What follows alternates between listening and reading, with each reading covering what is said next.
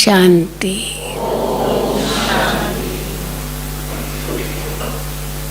सभी ने गीत सुना। अब हम सबकी एक ही तमन्ना है। क्या तमन्ना है?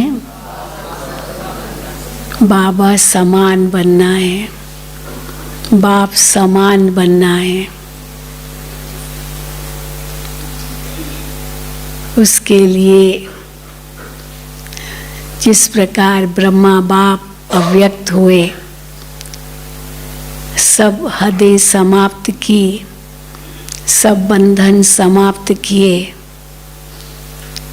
और अव्यक्त वतनवासी बने, अव्यक्त फरिश्ता बने, तो हमें भी ऐसा बनना है। तो बाबा ने हम बच्चों को बहुत ऊंचा लक्ष्य दिया है, बाप समान बनना है। देवता तो भविष्य में बनेंगे, परंतु संगम पर हमें क्या बनना है? बाप समान। जब हम बाप समान फरिश्ता बनेंगे, तभी संपूर्ण बनकर बिना सजा खाए वापस घर जाएंगे,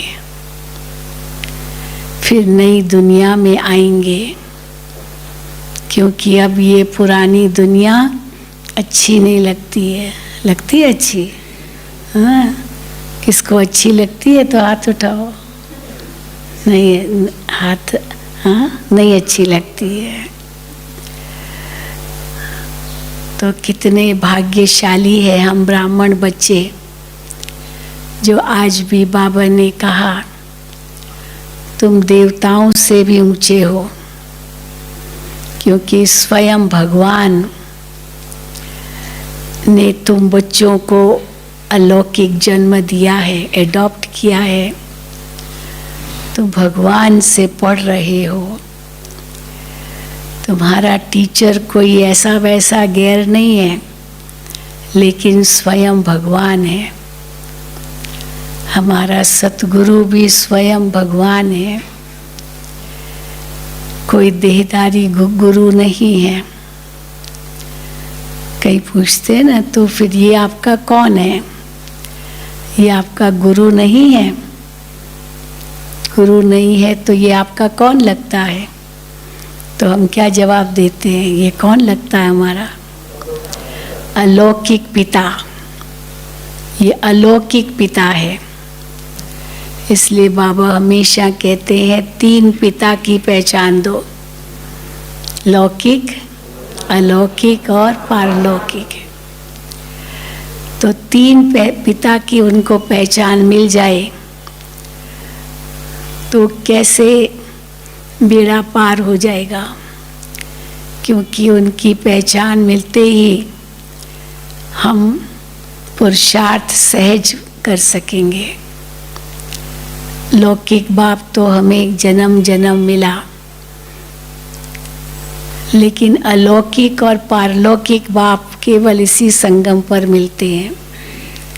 भल पारलौकिक बाप को पिता कहकर याद किया 2 युग से, लेकिन उस पिता की वो अनुभूति नहीं थी। अब बाबा ने अपनी पहचान देकर वो अनुभूति भी कराई है। और हम संगम युग पर इतने ऊंच ब्राह्मण हैं, जो आज वरदान में भी कहा पूर्वज हो। तो पूर्वज हैं हम, बीज के साथ हमारा संबंध है, तो सारा वृक्ष भी हमारा ही है। सारे वृक्ष के साथ भी हमारा संबंध है। सभी धर्मों की आत्माओं के साथ भी हमारा संबंध है, क्योंकि सबका बीज के साथ तो संबंध है ही, पर हमारा डायरेक्ट संबंध है, क्योंकि डायरेक्ट जन्म लिया है उनसे। तो बाबा कहते ये निश्चय हो और फिर नशा भी हो। तो निश्चय और नशा होगा तो निशाने तक पहुँचेंगे। बिना निश्चय के न नशा होगा न निशाने पर पहुँचेंगे। इसलिए जो लक्ष्य बाबा ने हमें दिया है उस तक पहुँचने के लिए ये निश्चय और नशा बहुत ज़रूरी है। कई बच्चे ये शिकायत तो करते हैं कि बाबा को आए तो 85 वर्ष हो गए, पर हम इतना लेट क्यों आए, इतना लेट क्यों आए। हमने न साकार बाबा को देखा, कई ये भी कहेंगे न अव्यक्त बाप दादा को देखा, न दादियों को देखा। हाँ, हम इतना लेट क्यों आए। आजकल तो हम क्या कहते हैं, जूम बेबीज। जूम पर जिन्होंने जन्म लिया, जिन्होंने जूम से जन्म लिया वो हाथ उठाए। है कोई बैठे इसमें? नहीं नहीं नहीं, सब पुरानी हैं। जिन्होंने साकार बाबा को देखा वो तो कोई नहीं होगा। जिन्होंने अव्यक्त बाप दादा को देखा वो हाथ उठाओ सभी। जिन्होंने नहीं देखा अव्यक्त बाप दादा को वो हाथ उठाओ। अच्छा, अव्यक्त बाप दादा की मुरली डायरेक्ट नहीं सुनी। अच्छा, थोड़े से। जिन्होंने दादी जी को नहीं देखा वो हाथ उठाओ। दादी प्रकाश मणि जी को नहीं देखा वो हाथ उठाओ। नहीं देखा, नहीं देखा। अच्छा, जिन्होंने देखा वो हाथ उठाओ। अच्छा, तो बहुतों ने नहीं देखा। जिन्होंने दादी जानकी को नहीं देखा वो हाथ उठाओ, वो थोड़े से हैं। और जिन्होंने गुलजार दादी को नहीं देखा, वरना अव्यक्त बाप दादा को नहीं देखा, तो गुलजार दादी को नहीं देखा वो हाथ उठाओ। अच्छा, तो ज़रूर जिन्होंने नहीं देखा उनको कहेंगे। हाँ, बाबा कहते लेट आए हैं, परंतु टू लेट तो अभी भी नहीं है। अव्यक्त मुरलियों में हम सुनते ना, बाबा पहली बार आए हुए बच्चों से जब मिलते थे तो बाबा क्या कहते थे, आप लेट आए हो लेकिन टू लेट नहीं आए हो। तो कई पूछते हैं तो टू लेट कब होगा, टू लेट कब होगा। बाबा लेट लेट तो कहते हैं, पर टू लेट कब होगा। तो टू लेट तब होगा जब पढ़ाई पूरी हो जाएगी। अभी पढ़ाई तो पूरी हो गई है, साकार मुरलियाँ ही हमारी असली पढ़ाई है। जो 4 सब्जेक्ट्स बाबा कहते हैं, ज्ञान, योग, धारणा, सेवा, ये 4 सब्जेक्ट्स हमारी असली पढ़ाई बाबा की मुरली से है। चारों ही सब्जेक्ट्स हर मुरली में भिन्न भिन्न रूप से आती है, पॉइंट्स आती है इन चारों ही सब्जेक्ट्स की। कई जब मुरली स्टडी करते हैं ना तो उसी हिसाब से स्टडी करते हैं। आज बाबा ने ज्ञान के ऊपर कौन सी पॉइंट्स दी, योग के ऊपर कौन सी पॉइंट्स दी, फिर धारणा पर कौन सी पॉइंट्स दी, फिर सेवा के लिए कौन सी पॉइंट्स दी। तो चारों ही सब्जेक्ट्स की पॉइंट्स हमको मुरली द्वारा मिलती है। तो वो असली जो हमारी बेसिक पढ़ाई है, पूरा जो सिलेबस है, वो तो साकार मुरलियाँ ही हैं। फाउंडेशन हमारा साकार मुरलियाँ हैं। तो अव्यक्त मुरलियाँ क्या है। बाबा ने जब पहली अव्यक्त मुरली चलाई थी 21 जनवरी 1969 को, 18 जनवरी को बाप दादा बाबा अव्यक्त हुए और 21 जनवरी को अव्यक्त बाप दादा गुलजार दादी के तन में आए और अव्यक्त मुरली पहली चली थी। उसमें बाबा ने क्या कहा कि जो साकार मुरलियाँ हैं वो कोर्स है, पूरा कोर्स, और अव्यक्त मुरलियाँ क्या है, फोर्स, वो फोर्स है। हाँ, कोर्स के लिए फोर्स भी तो चाहिए ना, ताकि वो स्पष्ट रूप से हम समझ सकें। वो फोर्स है। साकार मुरलियों से तो जैसे रत्न निकले, रत्न पैदा हुए। पहले हाँ रत्न धूल में पड़े थे, सब रत्न ही है ना, पर माया की धूल में पड़े थे। और बाबा का परिचय मिला, ये ज्ञान योग का अनुभव हुआ, तो जैसे उस धूल से रत्न निकल आए। तो रत्न तो निकल आए, परख तो गए कि ये रत्न है, लेकिन फिर उन रत्नों की पॉलिश चाहिए। तो पॉलिश कैसे होगी? वो अव्यक्त मूल्यों से वो अव्यक्त मूल्याएं पॉलिश करते ना, अंदर जो भी दाग होते हैं हीरे में, उनको तराशते हैं, उनको फेसेट्स बनाते हैं, उनके हाँ तोड़ काटते हैं ताकि वो दाग को निकाल सके, उसमें चमक आ सके। तो धूल हट जाए और चमक आने के लिए हाँ उसको तराशते हैं। तो अव्यक्त मूर्तियाँ क्या है? वो धूल हटाकर पूरा तराशने के लिए, ताकि ऐसे चमकदार हीरे बन जाए। ज्ञान कोई परिवर्तित नहीं होता है, लेकिन फिर भी कई कहते हैं कि साकार मुरलियों और अव्यक्त मुरलियों में इतना अंतर क्यों है? अंतर है या नहीं है? है या नहीं है? है जरूर। तो क्या अंतर है? हम कई पॉइंट्स दे सकते, क्या अंतर है? सबसे बड़ा अंतर तो ये है कि साकार मुरलियों में ब्रह्मा बाप पुरुषार्थी रूप में हैं, वो भी पुरुषार्थ कर रहे हैं। और कभी ब्रह्मा बाबा अपना अनुभव सुनाते हैं, वो अनुभव जो साकार के हैं, जो ब्रह्मा बाबा के अपने विचार सागर मंथन से पॉइंट्स बाबा ने खुद निकाली, वो साकार मुरलियों में आती है। इसलिए साकार मुरलियाँ जो है वो 3 पर्सन्स है, first person, second person, third person. एक होता है मैं, हाँ मैं कह रही हूँ, दूसरा होता है हम कह रहे हैं, तीसरा होता है वो कह रहे हैं, थर्ड पर्सन। तो बाबा में, बाबा की साकार मूल्यों में तीनों शब्द आते हैं। मैं कहता हूँ बच्चे मुझे याद करो, ये मैं कहता हूँ, ये किसने कहा? शिव बाबा ने कहा। फिर हम कहते हैं, हम भी पुरुषार्थी हैं, तो ये ब्रह्मा बाप कहते हैं हम भी पुरुषार्थी है। शिव बाबा तो नहीं कहेगा ना हम भी पुरुषार्थी हैं, ये ब्रह्मा बाबा कहते हैं। तो हम पुरुषार्थी है माना ब्रह्मा बाबा सहित हम सब बच्चे हो गए, हम सब पुरुषार्थी है।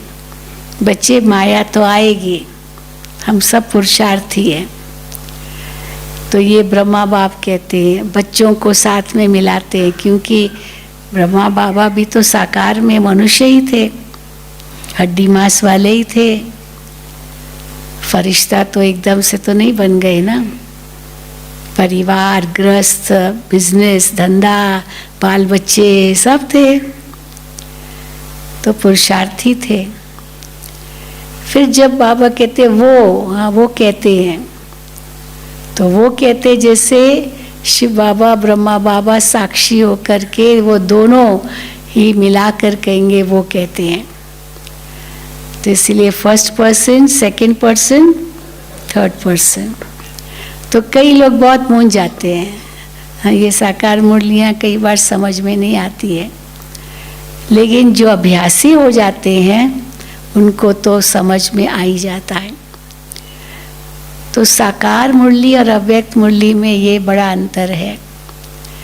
अव्यक्त मुरली में दोनों मिलकर कहते हैं, एक ही माइक्रोफोन से दोनों ड्यूट होता है ना, दोनों एक ही मुख से कहते हैं।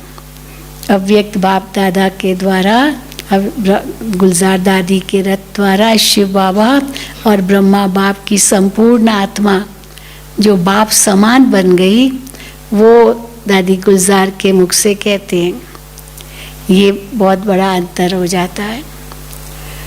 दूसरा अंतर क्या है कि जब शिव बाबा ब्रह्मा द्वारा सुनाते थे तो ब्रह्मा बाबा भी सुनते थे। शिव बाबा ब्रह्मा के मुख से सुनाएंगे तो ब्रह्मा के कान तो सबसे पहले है ना, वो पहले सुनते थे। और ब्रह्मा बाबा कहते थे मैं नंबर 1 स्टूडेंट हूँ। ब्रह्मा बाबा नंबर 1 स्टूडेंट। कैसे? क्योंकि ब्रह्मा बाबा ने कभी मुरली मिस नहीं की। उनके मुख से ही बाबा सुनाते थे, तो मुरली कैसे मिस करेंगे। इसलिए ब्रह्मा बाबा भी मुरली शिव बाबा की सुनते थे और उस अनुसार ब्रह्मा बाप भी पुरुषार्थ करते थे। इसीलिए नंबर 1 स्टूडेंट और अपना अनुभव सुनाते थे। अब अव्यक्त मुरलियों में दादी गुलजार तो सुनती नहीं है, वो तो वतन में होती है बाबा के पास, और बाबा जैसे उनके संस्कारों को मर्ज कर देते थे। और शिव बाबा और ब्रह्मा बाबा की संपूर्ण आत्मा उनके द्वारा महावाक्य उच्चारण करते थे। फिर जब मुरली पूरी होती थी तब वापस गुलजार दादी आती थी और फिर वो कमरे में जाके मुरली पढ़ती थी। तो हम कई बार गुलजार दादी को कहते थे, दादी आप बहुत लकी हो जो आप देखो डायरेक्ट बाबा से मिलते हो और डायरेक्ट आप संदेश लाते हो, आपने बाबा को अपना रथ दिया है। तो दादी कहती थी नहीं, मेरे से ज़्यादा भाग्यशाली आप लोग हो। तो हम लोग कैसे दादी से भी ज़्यादा भाग्यशाली हुए, क्योंकि दादी तो उस समय डायरेक्ट सुनती नहीं थी, तो हम दादी को सुनाते थे, बाबा ने आज ये कहा, बाबा ने ये कहा, तो दादी सुनती थी ऐसे ऐसे, अच्छा हाँ। तो हम डायरेक्ट सुनते थे और गुलजार दादी सुनती नहीं थी। तो इसीलिए कौन ज़्यादा भाग्यशाली हुए? हम बच्चे भाग्यशाली हुए। तो और भी कई बातें हैं। तो इसीलिए साकार मुरलियाँ पुरुषार्थी ब्रह्मा की पहचान देते हैं। परंतु शिव बाबा की डायरेक्ट बच्चों प्रति महावाक्य वो भी है, अपना परिचय शिव बाबा देते हैं। तो अव्यक्त बाप दादा द्वारा पॉलिश होती है और फिर दादियों द्वारा पालना मिली, हमें बहुत पालना मिली। जब बाबा अव्यक्त हुए तो बाबा अव्यक्त बाप दादा ने दादी जी और दीदी जी को आगे बुलाकर उनके सिर पर जैसे हाथ रखा, फूल था वो रखा, जैसे कलश रखते ना, जिम्मेदारी का ताज रखते हैं। और बाप दादा ने क्या कहा कि शिव बाप और ब्रह्मा बाप तो अव्यक्त हुए, अव्यक्त रूप में हैं, तो वो तुम्हारा बैकबोन होंगे।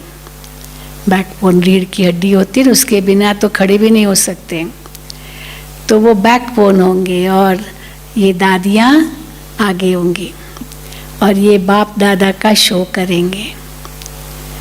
फिर बाबा कहते थे कि सूर्य और चंद्रमा वो गुप्त हो जाएंगे और ये लकी सितारे धरती के आकाश में चमकेंगे। तो कौन लकी सितारे? हाँ, हम सब बच्चे। जब सूर्य भी नहीं, चंद्रमा भी नहीं आकाश में, तो सितारे कितना चमकते हैं, है ना।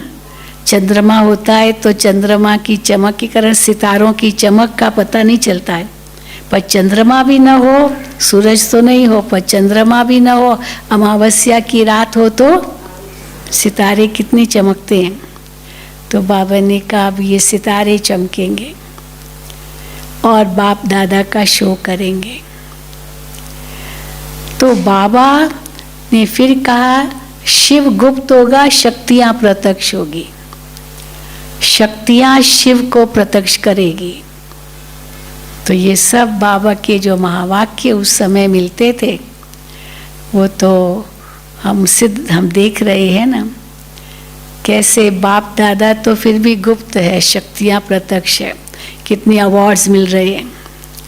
बाप दादा कहते थे कि अभी तो आप VIPs को मंच पर बुलाते हो, अपने मंच पर, लेकिन वो समय आएगा जब आपको वो बुलाएंगे उनके मंच पर, तो उनके मंच पर हम जाएंगे और हमको अवार्ड देंगे। कभी सोचा था?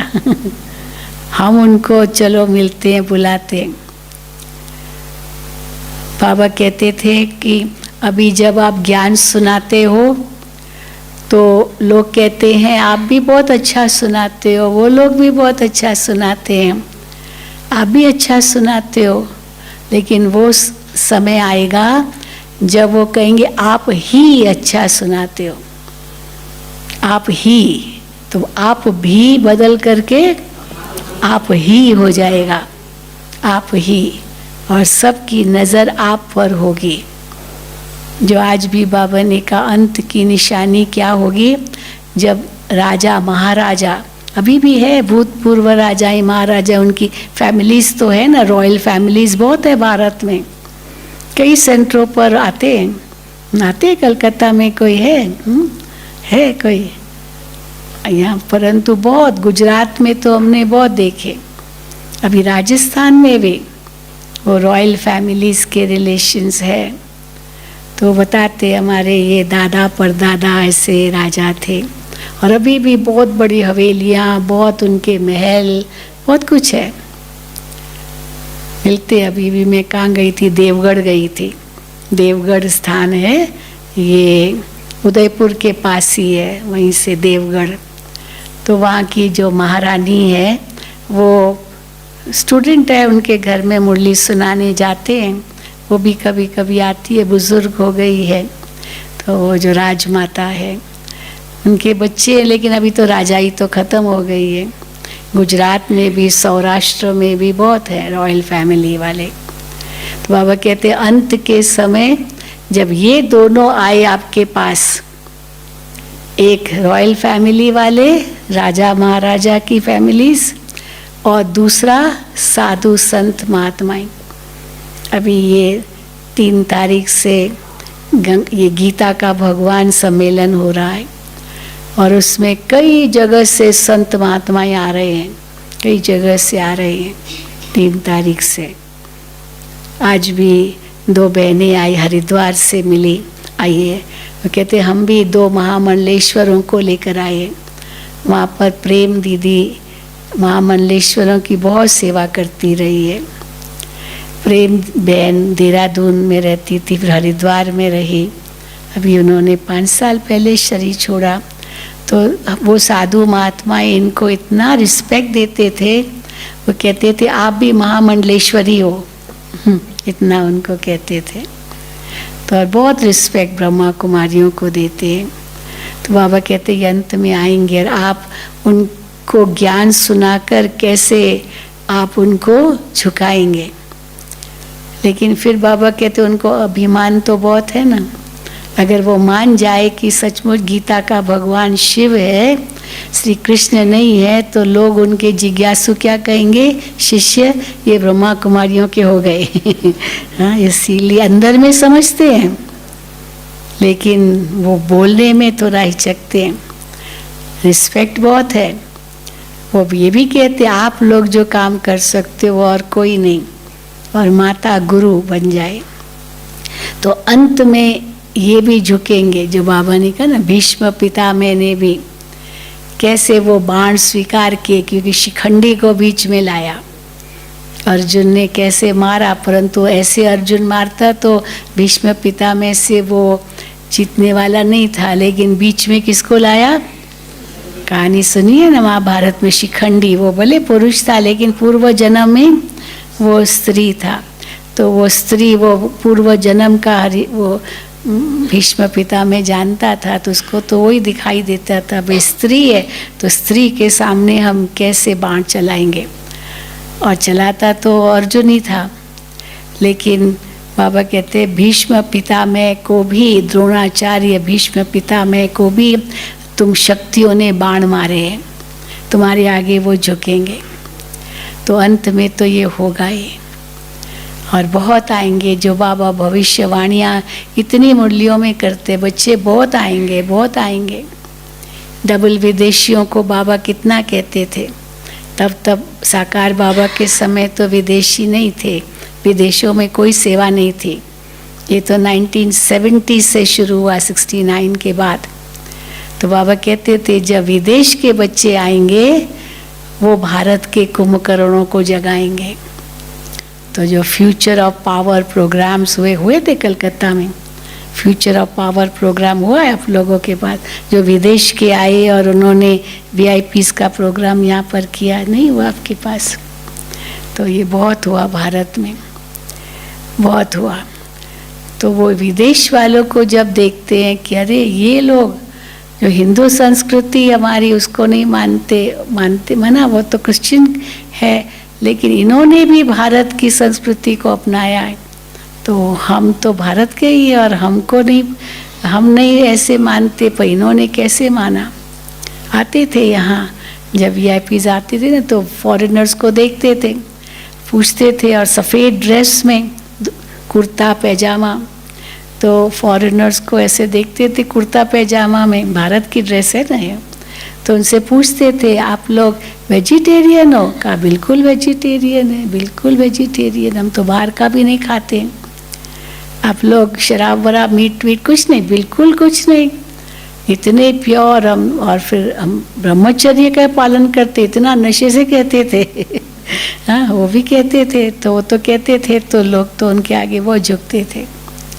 तो सचमुच हम देखें विदेश वाले आएंगे तो भारत के कुंभकर्णों को जगाएंगे।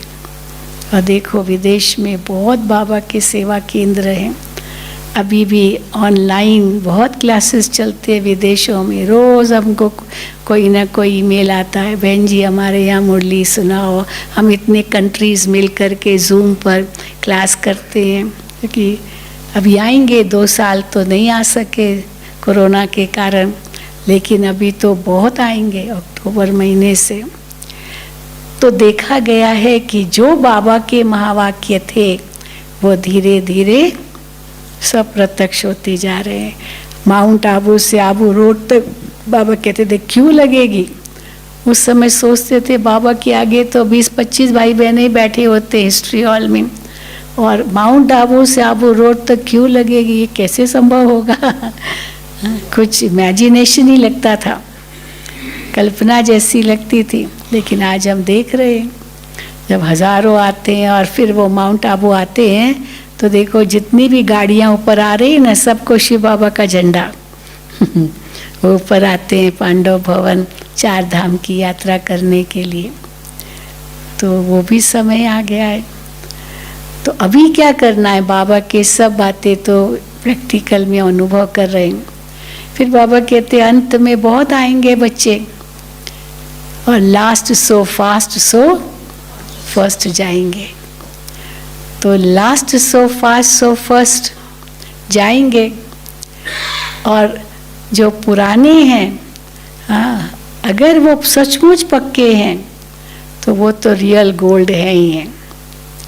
क्योंकि रियल गोल्ड किसको कहेंगे, real gold is that which can mould.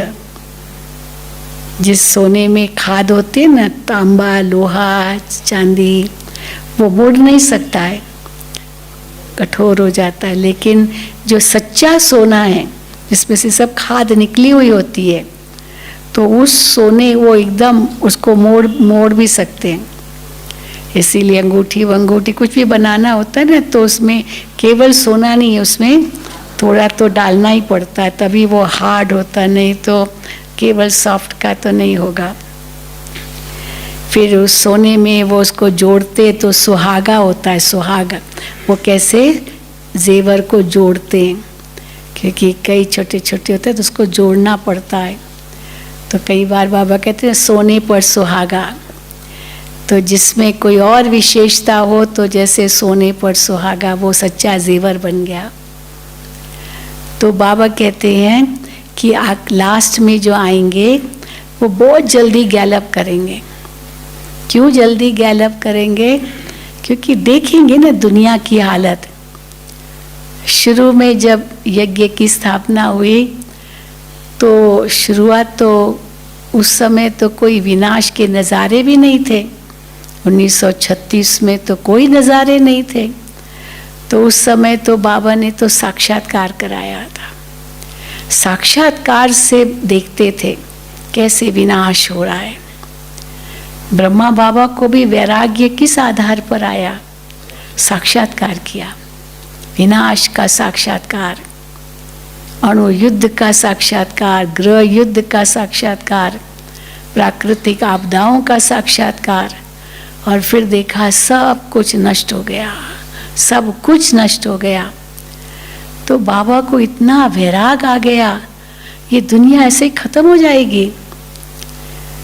तो उस समय तो भी ज्ञान तो पूरा था नहीं ना।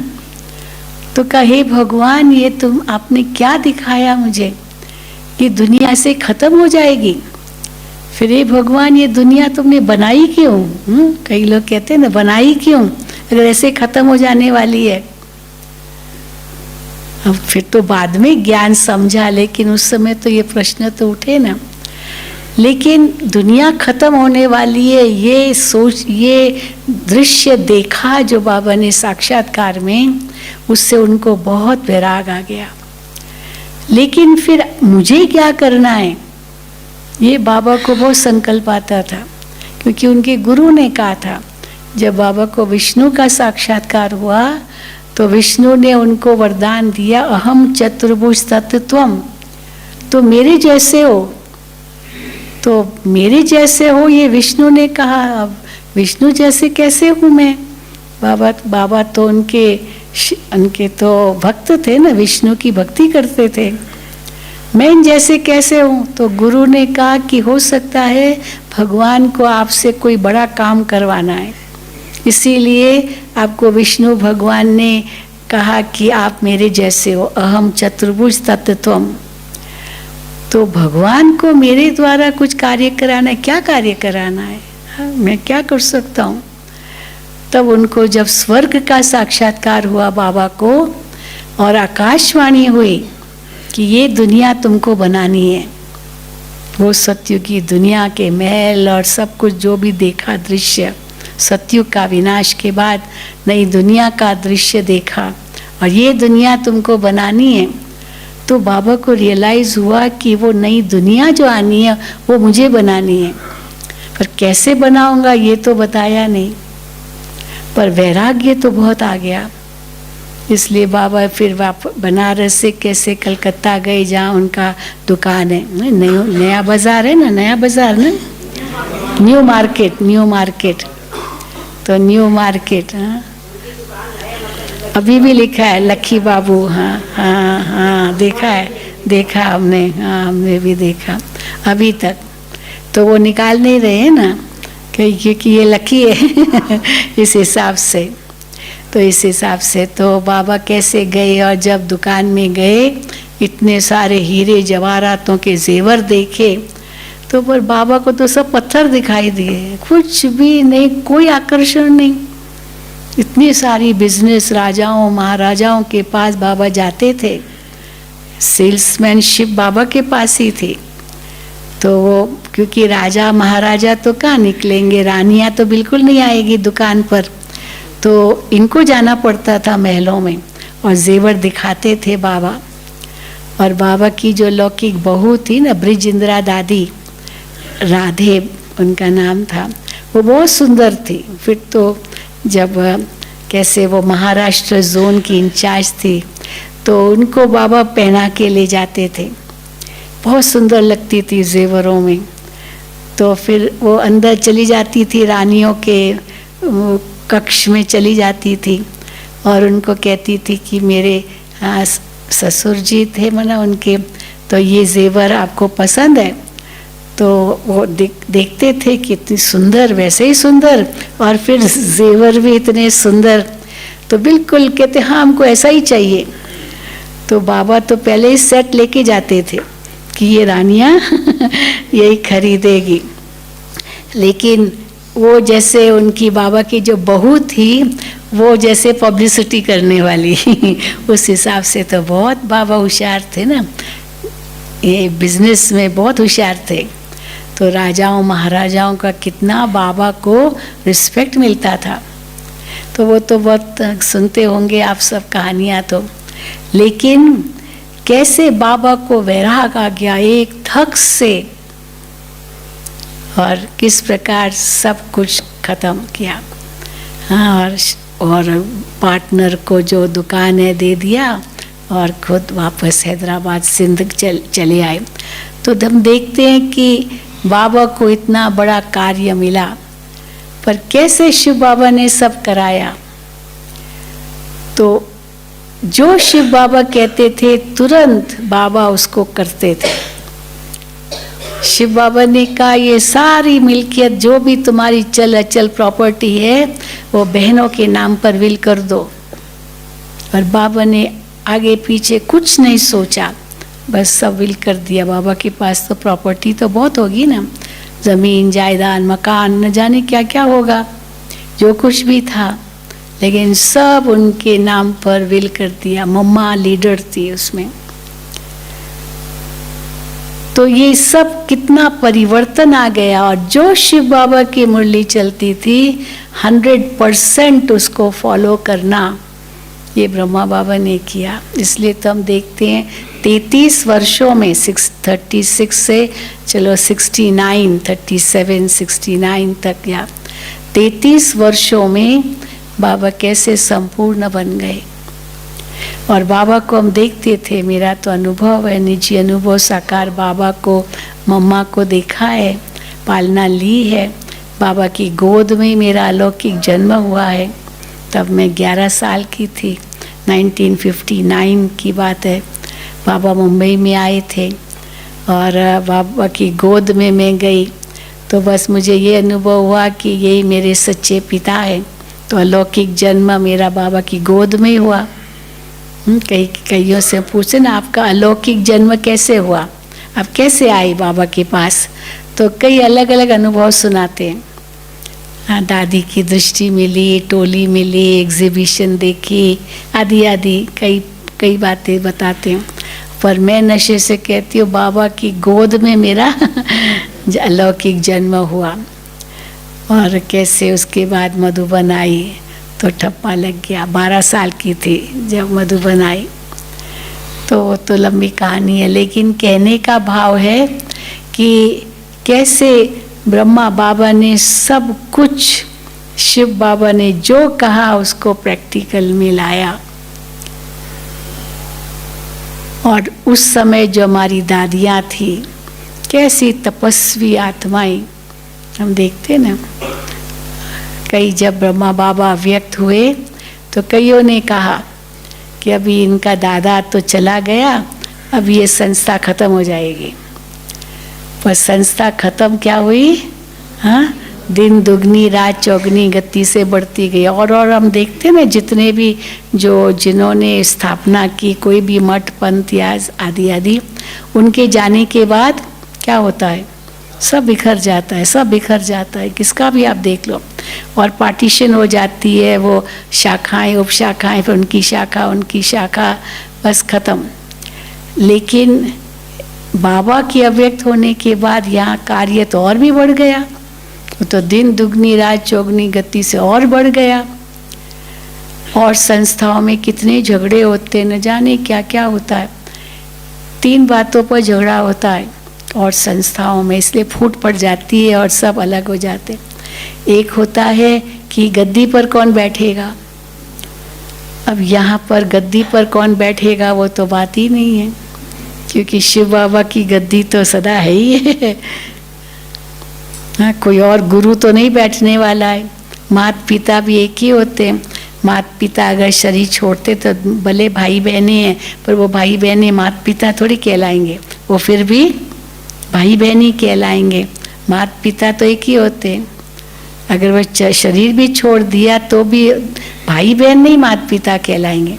तो यहाँ माता पिता हमारे एक ही है, इसलिए यहाँ कोई लौकिक गुरु की तो बात ही नहीं है। तो इसलिए यहाँ गुरु की तो कोई गद्दी नहीं है। चलो दादियों को मुकर्रर किया, बड़ी बहनों को मुकर्रर किया, वो भी इतनी तपस्विनी जो कोई शक की निगाह से तो देख ही नहीं सकता उनको, इतनी उनकी तपस्या। इसीलिए कोई 2 मत तो हो ही नहीं सकते कि नहीं हम इनको नहीं मानेंगे, इनको नहीं मानेंगे। बात होता है ना, ये गुरु को हम नहीं मानेंगे, फिर वो दूसरा खड़ा हो जाता है, वो कहता मैं गुरु, वो कहे मैं गुरु। ऐसे ही होता है, भाई भतीजावाद होता है। तो यहाँ भाई भतीजावाद तो नहीं है। ब्रह्मा बाबा की लौकिक बेटी भी थी निर्मल शांता दादी, बाबा की बहू भी थी, भाई की बहू भी थी, मतलब बहुत थे रिश्ते भी जो सारे समर्पित हुए। लेकिन दादी प्रकाश मणि को ही चुना जिनका लौकिक में कोई संबंध नहीं था दादी के साथ। वहाँ भी जो गुरुडम में होता है ना, वो भाई भतीजावादी है, कोई ना कोई लौकिक में उनका कोई रिश्ता होता है। यहाँ पर वो रिश्ते की तो बात ही नहीं है, क्योंकि सब अलौकिक परिवार है। लौकिक परिवार को तो भूल ही जाते हैं। तो कोई गुरु की गद्दी पर झगड़ा हो, ये तो कभी हो ही नहीं सकता। यहाँ दूसरा जो क्यों झगड़ा होता है वो पैसे पर होता है, पैसे पर होता है, धन पर।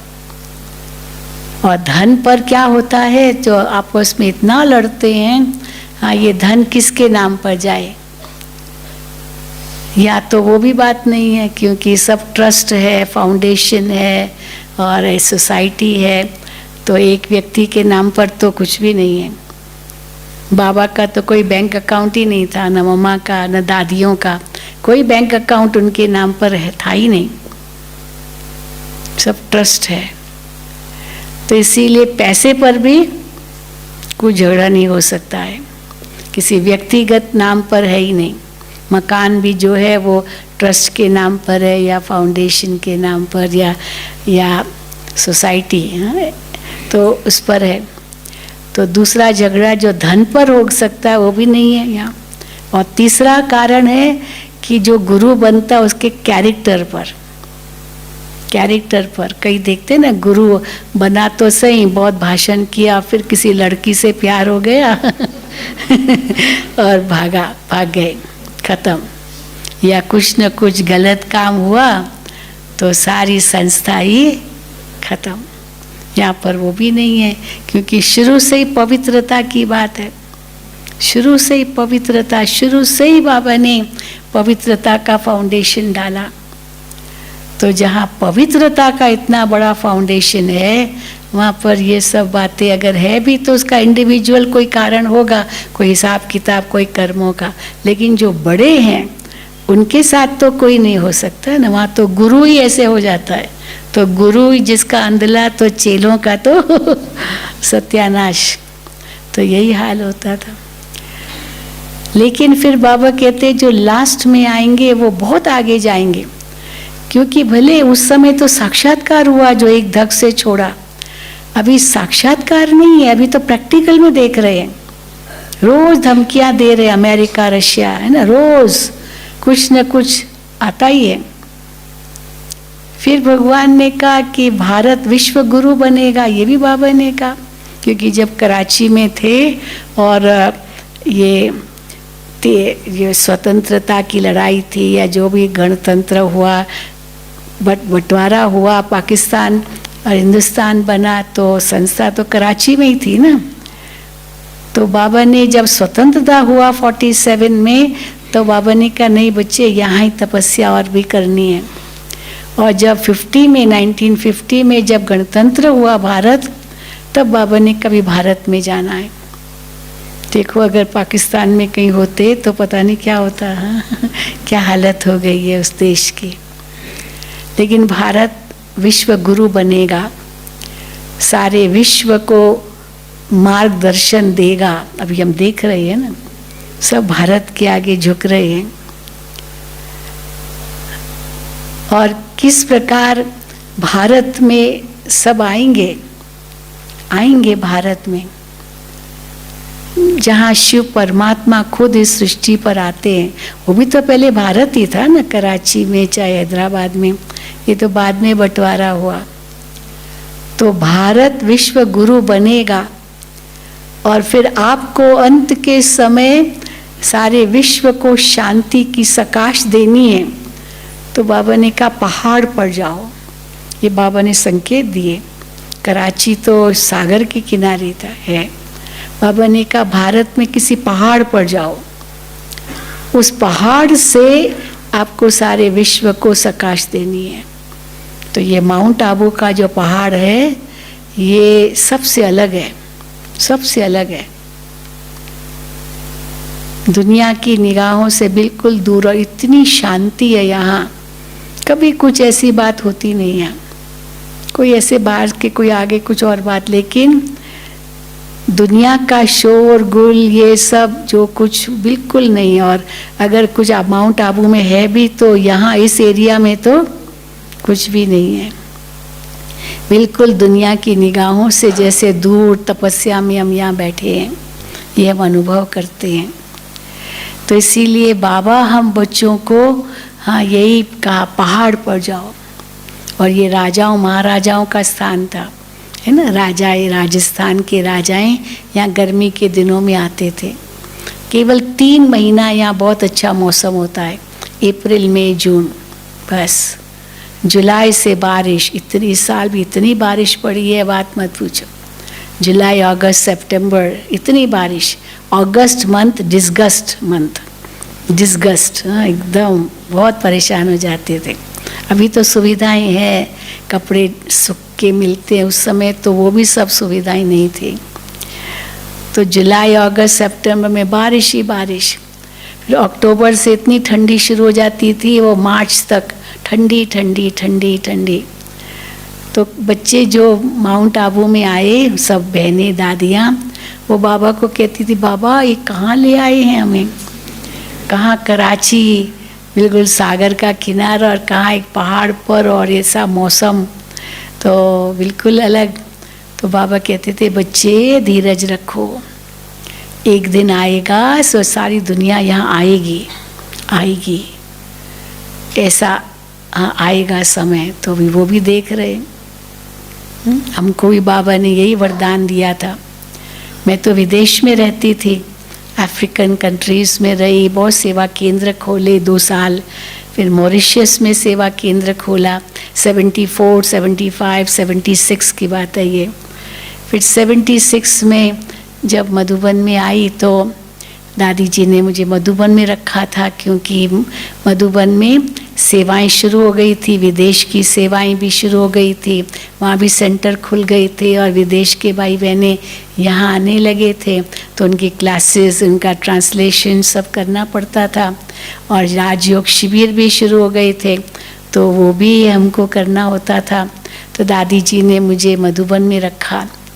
तो जब मधुबन में रही तो बाप दादा की बहुत सुंदर वरदान मिला। बाबा ने मेरे से पूछा, तुम कौन सी गंगा हो? हाँ सुनी होगी ना, तुम कौन सी गंगा हो? मेरे से अव्यक्त बाप दादा ने पूछा, आप कौन सी गंगा हो? तो मैंने कहा, बाबा मैं ज्ञान गंगा हूँ। तो बाबा ने कहा, ज्ञान गंगाएं तो और भी है, आप कौन सी विशेष गंगा हो? तो मैंने सोचा दूसरी गंगा कौन सी होती है, तो मैंने कहा बहती गंगा हूँ। बहती गंगा है ना, गंगा बहती जाती है, और कहाँ जा कर के ब्रह्मपुत्रा में मिल कर के, हाँ हुगली पार करके कहाँ सागर में समाती ना, बंगाल की खाड़ी में। तो मैं बहती गंगा हूँ।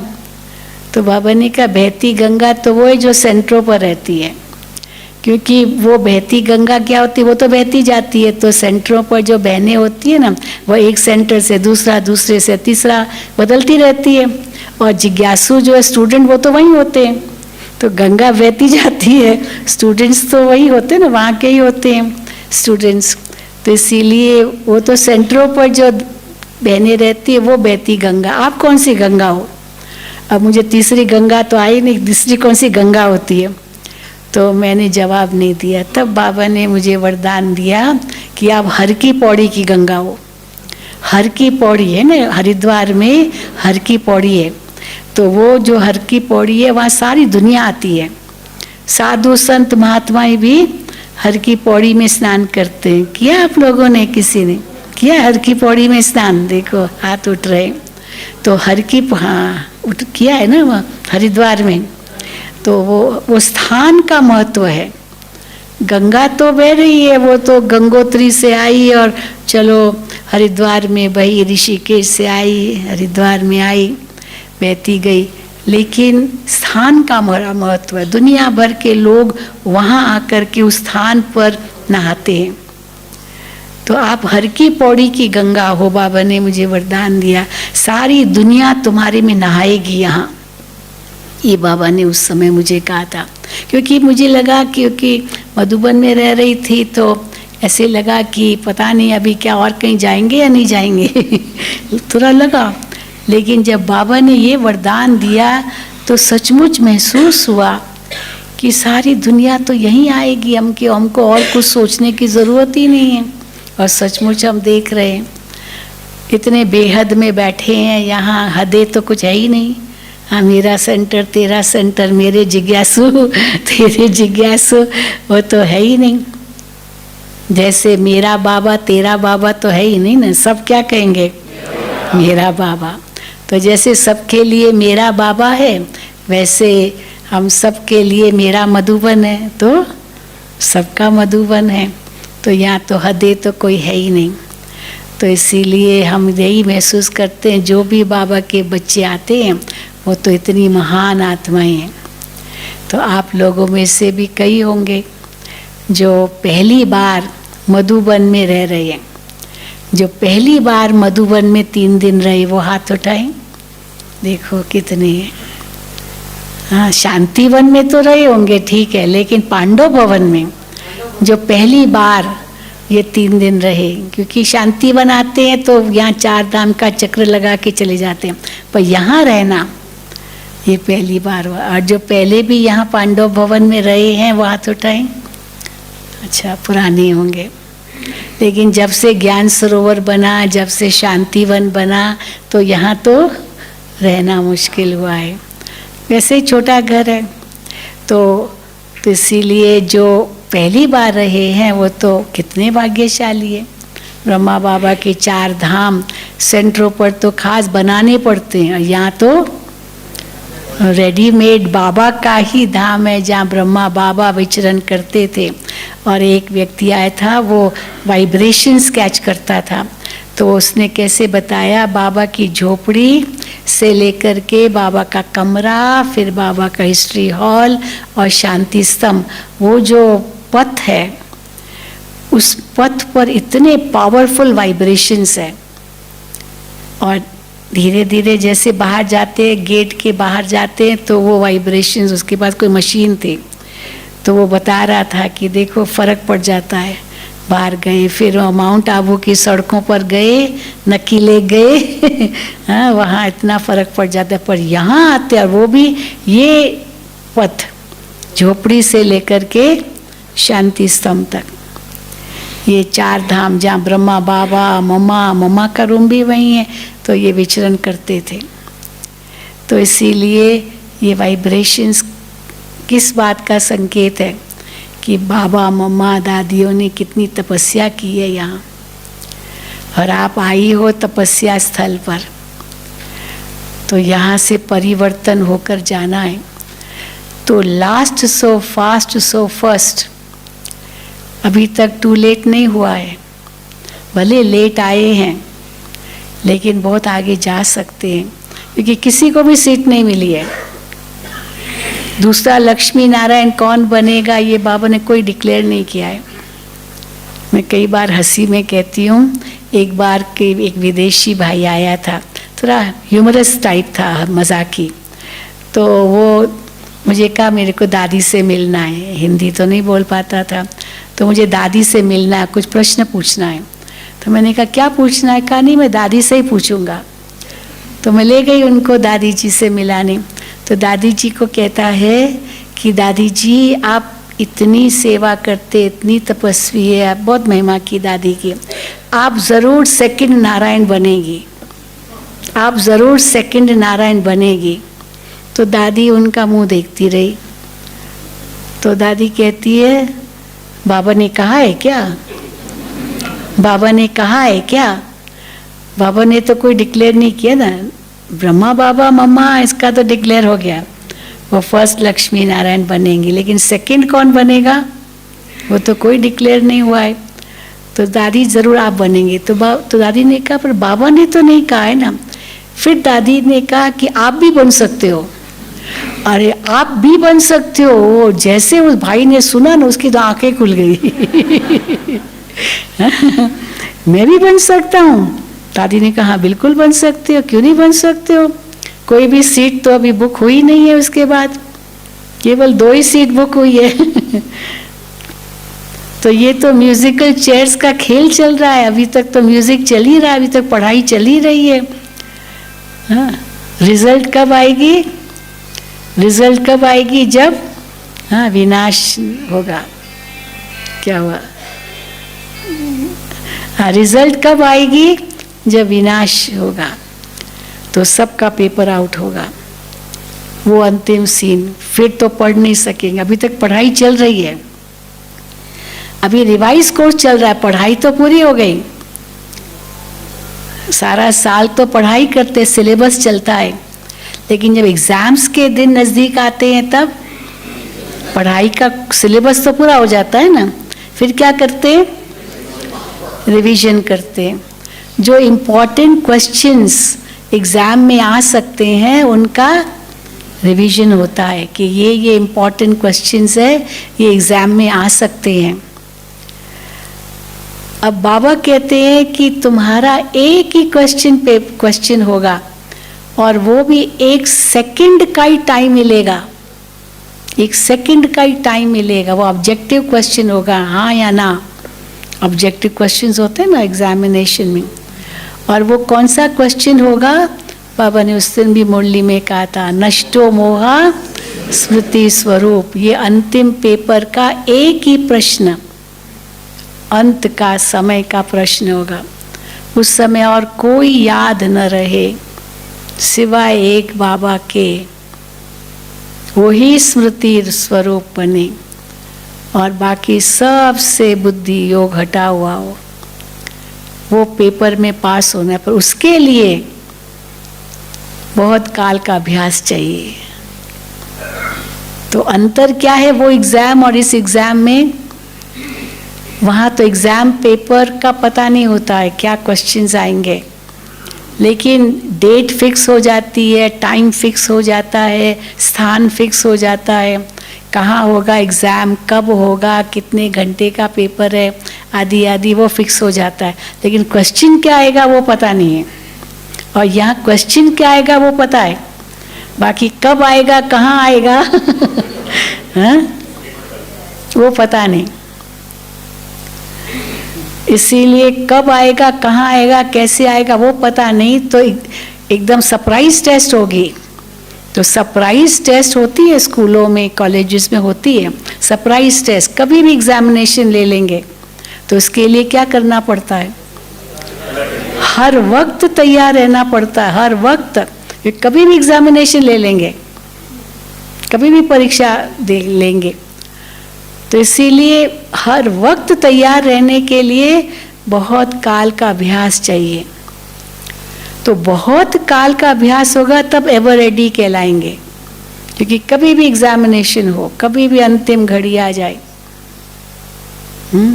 कल भी एक माता थी, वो उनका हस्बैंड वो डॉक्टर है, तो अभी मेडिकल कॉन्फ्रेंस है कल से, नीचे शांतिवन में मेडिकल कॉन्फ्रेंस है, तो सब बड़े बड़े डॉक्टर्स आ रहे हैं। तो वो माता बाबा की बच्ची है, उनका हस्बैंड बहुत बड़ा डॉक्टर है, परंतु वो ज्ञान में नहीं है। तो वो अब रोज़ मुझे फ़ोन करती है, दीदी कैसे मैं इनको ले आऊँ, इनको ले आऊँ। तो हमने फॉर्म वॉर्म भरवाया, उनको कहा, तो सब तैयारी की, लेकिन लास्ट मिनट वो कहता है मैं नहीं चलूँगा, मैं नहीं चलूँगा, मैं अभी तैयार नहीं हूँ, मैं अभी तैयार नहीं हूँ। तो उसको अभी वो उसको कहती, देखो ये कभी भी कुछ भी हो सकता है। तो उनका जो दोस्त था, एक मित्र था डॉक्टर, वो बैडमिंटन खेल रहा था, और बैडमिंटन खेलते खेलते हार्ट फेल हो गया। बैडमिंटन खेल रहा था ना, जैसे कई बहुत ज़्यादा बताए ना, वो कौन है, राजू श्रीवास्तव, हाँ, वो क्या कर रहा था हाँ, ट्रेडमिल पर इतना दौड़ लगा रहा था और एकदम से हार्ट अटैक आ गया। आजकल ये बहुत ज़्यादा कर लेते हैं, अभी हृदय तो इतना झेल नहीं सकता है, और कैसे उसी समय हार्ट अटैक आ गया। तो उसी समय उसका दोस्त ओम शांति उसी समय हार्ट फेल हो गया खेलते खेलते। तो वो बहन बता रही थी, मैं अपने पति को कहती हूँ कि देखो कभी भी किसका अंत आ सकता है, तुम कम से कम एक बार तो चलो माउंट आबू। मैं अभी तैयार नहीं हूँ, मैं अभी तैयार नहीं। तो मुझे कहती है मैं क्या करूँ बहन जी, समझ में नहीं आता है। तैयारी उनकी पूरी की है, तो मैंने अभी पता नहीं क्या तो मैंने कहा नहीं। और सब सहयोग पूरा दे रहा है, सब कुछ धारणा में पक्का सहयोग, लेकिन माउंट आबू नहीं आ रहा है। तो माउंट आबू आई तो थोड़ा उनके ऊपर वो प्रभाव पड़े, लेकिन वो नहीं कर रहा। तो कहती मैं क्या करूँ, उन्होंने कहा थोड़ा धीरज रखो, और क्या करेंगे। हाँ, तो कहती मैं उसको कहूँ मैं जाऊँगी। मैंने कहा नहीं ऐसे भी नहीं कहो क्योंकि मैं जाऊँगी तो फिर क्या है, हाँ रिलेशनशिप ठीक नहीं होंगे। तो कहो नहीं मैं आपको लेके ही जाऊँगी, ऐसे कहो। तो स्त्री चरित्र तो थोड़े दिखाने पड़ेंगे ना, तभी तो वो मानेगा। पर हम देखते हैं कि जैसे वो यहाँ आते हैं और यहाँ का प्रभाव देखते हैं तो बहुत झुक जाते हैं और क्या कहते हैं कि ये मेरी वाइफ, ये मेरा गुरु बन गई। सब ऐसे भी कहते हैं मेरा गुरु बन गई। तो सचमुच है, लेकिन बाबा हम बच्चों को क्या कहते हैं कि बच्चे हाँ समय कम है और कोई सीट अभी बुक हुई नहीं है। तो कई कहते हम क्या पुरुषार्थ करें, हम कहते क्या पुरुषार्थ करें, ये कोई पूछने की बात है। आज भी देखो बाबा की मुरली में पुरुषार्थ क्या करो सब बताते हैं ना बाबा, क्या करो क्या नहीं करो, ये करो ये नहीं करो, क्या सोचो क्या नहीं सोचो, क्या बोलो क्या नहीं बोलो, करो तो कैसे करो, नहीं करो तो क्यों नहीं करो, सब बाबा सब कुछ मुरलियों में बताते हैं। एक भी मुरली ऐसी नहीं है जहाँ बाबा हमें कोई श्रीमत नहीं देते हैं। ज्ञान भी जो धारणा बताते, ज्ञान की भी गहराई तो भी तो श्रीमत ही है। फिर कभी बाबा राय देते हैं, कभी बाबा आज्ञा करते हैं, कभी बाबा ऑर्डिनेंस निकालते हैं। हाँ, ऑर्डिनेंस होता है ना, मिलिट्री में ऑर्डिनेंस होता है। कहाँ युद्ध शुरू हुआ तो जितने भी छुट्टी पर गए हुए हैं सबको आना पड़ता है, अगर नहीं आए तो खत्म, नौकरी से निकाल देते। तो सबकी छुट्टी रद्द, ऑर्डिनेंस निकल गया, आना है। तो भगवान ने भी क्या ऑर्डिनेंस निकाला है, कौन सा ऑर्डिनेंस, कौन सा ऑर्डिनेंस निकाला है, कौन सा ऑर्डिनेंस है भगवान का, बच्चे पवित्र बनो योगी बनो, ये ऑर्डिनेंस है। आज बाबा ने कितनी बड़ी बात कह दी, कोई गला भी काट दे लेकिन हाँ विकारी नहीं बनना है। चलो एक जन्म ये शरीर चाहेगा, दूसरा शरीर मिलेगा, ये संबंध खत्म हो जाएंगे, नए संबंध मिलेंगे। लेकिन वो तो 21 जन्मों का घाटा डाल रहे हो, ये तो केवल एक जन्म का हुआ। कितनी बड़ी बात है ये। तो एक जन्म के खातिर हम 21 जन्मों का घाटा करें तो क्या समझदारी क्या होगी। हाँ? और वो भी कौन कह रहा है, स्वयं भगवान कह रहा है। अब जो ये बातें सुनते ना, तो जो सच्चे बच्चे बनते ना, वो एक धक से समझ लेते हैं और बदल जाते हैं। तो इसीलिए last so fast so first जाना मुश्किल नहीं है, पुरानों से भी आगे जा सकते हैं अगर हर एक श्रीमत का पालन करे तो। और बाबा हमें कौन सी कठिन बात कहते हैं, ज्ञान तो कितना सहज है। दुनिया में तो क्या कठिन कठिन बातें सुनाते हैं। आजकल मोटिवेशनल स्पीकर्स ऐसे हो गए हैं, क्या क्या बातें सुनाते हैं, सब कनरस। उनके जीवन में भी कोई धारणा थोड़ी होगी, वो जो सुनाते भी हैं। लेकिन बाबा ने जो हमें सुनाया है वो जीवन में लाने की बातें हैं। अमृत वेले उठो तो क्या सोचो, रात को सो तो क्या सोचो, क्या सोच के सो, नींद भी आपकी कैसी होनी चाहिए, यहाँ तक भी बाबा बताते। तो इसीलिए जो बाबा हमें कहते, अगर सचमुच उसकी अगर पूरी धारणा है तो last so fast so first जाना मुश्किल है, सहज है, सहज है, बिल्कुल सहज है। लेकिन फिर माया की बॉक्सिंग का सामना तो करना है ना, क्योंकि माया छोड़ेगी थोड़ी। और माया कैसे आती है वो भी बाबा बताते हैं मुरली में, माया की भी परख देते हैं। दुनिया में तो पता ही नहीं है कि ये माया भी है। फिर बाबा कहते हैं माया तुमको नाक से पकड़ेगी, कभी कान से पकड़ेगी, कभी चोटी से पकड़ेगी, बाबा ये भी कहते हैं। कभी आपको ठोसा मारेगी, है ना, वो पंच करते हैं ना ये बॉक्सिंग में। कभी आपको गिरा देगी, आपको बेहोश कर देगी, आपको मार भी डालेगी, ऐसे भी माया करती है। तो हम कई बार बताते, जब बाबा कहते नाक से पकड़ती है माया, तो कैसे पता चलता है माया ने नाक से पकड़ा है? माया ने नाक से पकड़ा है, कैसे पता चलता है? जब कंफ्यूजन हो जाता है। ज्ञान इतना सहज है, लेकिन उस ज्ञान को नेगेटिव माना वो सही अर्थ में नहीं समझते ना, तो प्रश्नों के जंगल में चले जाते हैं। तो बाबा कहते जंगल में मत जाओ प्रश्नों के, प्रश्न भले मन में पूछो, लेकिन बाबा ने सबका उत्तर दे दिया है। प्रश्नों के उलझन में मत जाओ। तो जो उलझन में चला जाता है ना, ऐसे कैसे, ऐसे कैसे, ऐसे कैसे, मानो माया ने उनको नाक से पकड़ा है। क्योंकि नाक से जब किसको पकड़ते हैं ना, तो क्या होता है, हाँ? वो श्वास नहीं ले पाता है, क्योंकि नाक से पकड़ा हुआ है ना, ऐसे ऐसे ऐसे करता है।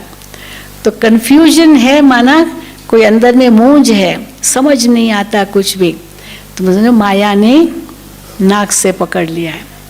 फिर माया कान से पकड़ती है। आज बाबा ने कहा बच्चा तंग करे तो कान से पकड़ो, तो कान से माया भी पकड़ती है।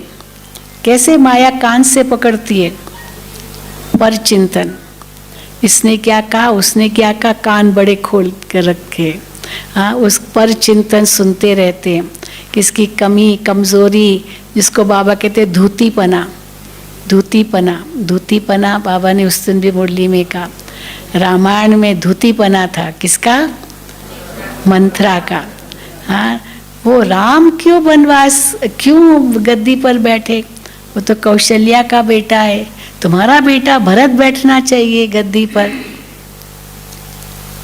और तुम्हारा बेटा भरत बैठना चाहिए, वो राम तो कौशल्या का बेटा है, तो तुमको उतना महत्व नहीं दे रहा है दशरथ। मानो इस प्रकार से उनको भड़काना, ये धूतीपना है। उनकी बात उनको, उनकी बात उनको, ये धूतीपना है। तो बाबा कहते उससे कितना नुकसान होता है। हाँ, ये देखो किसका बज रहा है वो तो धूतीपना नहीं होना चाहिए।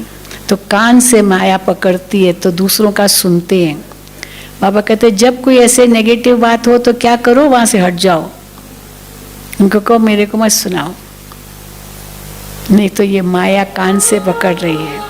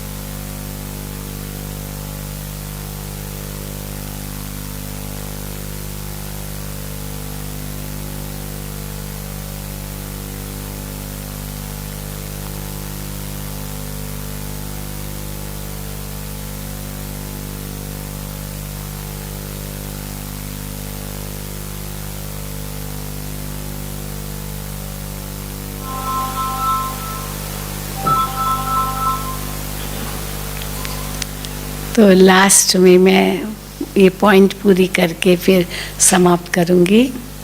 तो माया कान से पकड़ती है, फिर क्या करती है? तो इस कान से पकड़ती है माया, तो सावधान कैसे रहेंगे? हाँ, पर चिंतन में जाओ ही नहीं।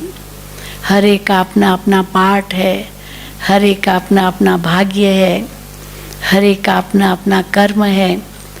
हाँ, सभी तो राजा बनेंगे नहीं ना। बाबा भी यही कहते हैं, राजधानी स्थापन हो रही है, अभी रेस चल रही है, आगे वाले पीछे जाएंगे, पीछे वाले आगे जाएंगे। फिर माया क्या करती है? चोटी पकड़ती है। तो चोटी जब किसकी पकड़ी जाती है ना, तो क्या होता है? पीछे मुड़ जाते हैं, पीछे मुड़ के जैसे सिर पीछे हो जाता है। नहीं, उसके बीच में थप्पड़ मारती है माया। क्या करती है? पहले नाक पकड़ती है, फिर कान पकड़ती है, फिर थप्पड़ मारती है। तो थप्पड़ मारना माना जैसे थप्पड़ मारते ना, तो मुंह कैसे हो जाता है? टेढ़ा उस तरफ। तो थप्पड़ मारना माना इसको देखना, वो क्या कर रहा है, वो क्या कर रहा है, वो क्या कर रहा है, दूसरों को देखना। बाबा कहते दूसरों को मत देखो, दूसरों को देखेंगे तो तुम कब आगे बढ़ेंगे? जब रेस करते वो दूसरों को देखते क्या, वो कितना दूर, कितना मेरे से आगे, कितना मेरे से पीछे, कुछ भी नहीं। उनको अपना लक्ष्य है, मुझे वहाँ पहुँचना है।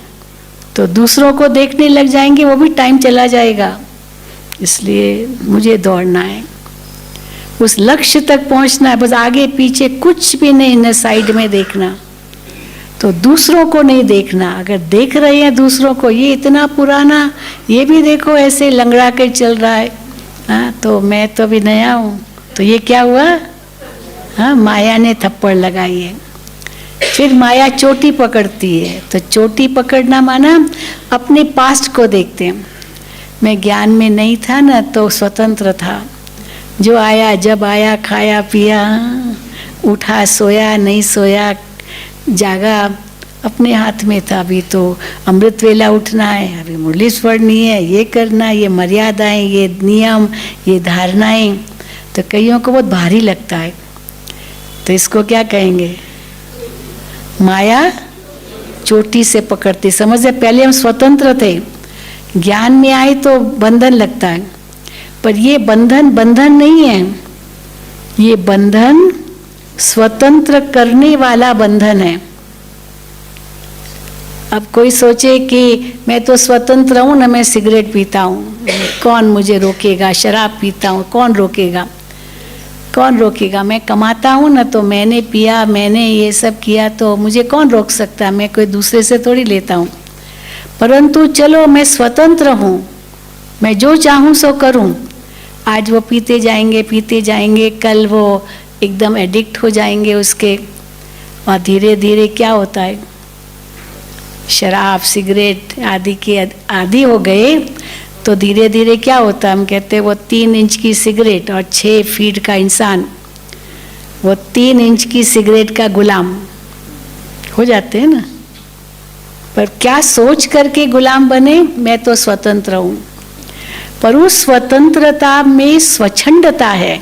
एक है स्वतंत्रता, दूसरी है स्वच्छंदता, मनमानी, हाँ, मनमौजी। और बाबा कहते नहीं, मर्यादाओं में रहो। मर्यादाएं जितनी अच्छी माना उनमें रहेंगे, आपका ही कल्याण है। पहले ज़माने में माँ बाप कितना मर्यादाओं में रखते थे बच्चों को, आजकल रख ही नहीं पाते, बच्चे सुनते ही नहीं हैं। कितना भी माँ बाप समझाए, वो नहीं समझते कि मर्यादाओं में क्या महत्व है। वो एक मिसाल कहानी सुनाते हैं ना, कि बच्चे ने दादाजी को कहा, दादाजी आपके ज़माने में क्या था? हमारे ज़माने में तो मोबाइल है, ये है, फलाना है, कंप्यूटर्स है, ये सब इतनी गैजेट्स है, कितना सुख है, कितना आनंद है, कितना मज़ा है। आपके ज़माने में तो कुछ भी नहीं था।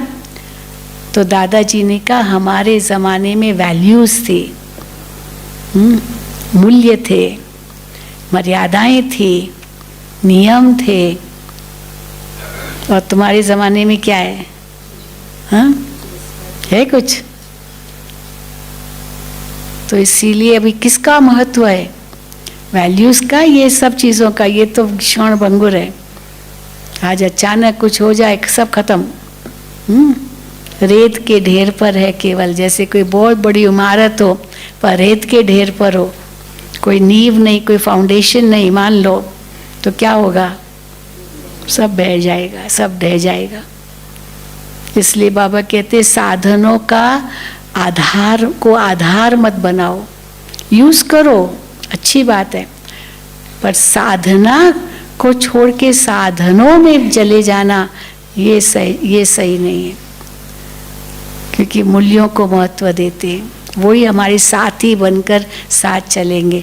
तो इसीलिए माया चोटी से कैसे पकड़ती है, हम पीछे की बातें सोचते हैं, अभी ये नहीं खाओ वो नहीं खाओ। हाँ बाबा कहते, बाबा के कैसे भोजन भी कैसा हो, तो ये सब नियम मर्यादाएं क्यों बाबा सिखाते हैं?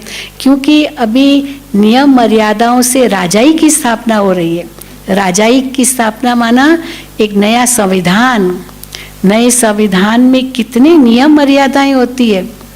कोई नया देश स्थापन होता है तो उनका कॉन्स्टिट्यूशन बनता है, उनके नियम होते हैं, आर्टिकल्स होते हैं, उनके वो कानून होते हैं। उस कानून पर चलना, ऐसा नहीं कि मैं जो चाहूँ सो करूँ।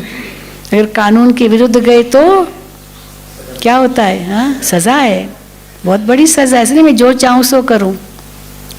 तो भगवान ने भी ये जो नियम बनाए हैं उस अनुसार अगर हम सही रूप में चलते हैं तो बहुत प्राप्ति ही प्राप्ति है।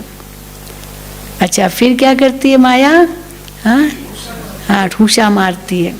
तो कहीं पर ऐसे पंच किया, ऐसे वहाँ पंच किया, हाँ, तो कहीं ये ठोकर लगी, कहाँ वो ठोकर लगी, तो गिरते गए गिरते गए गिरते गए।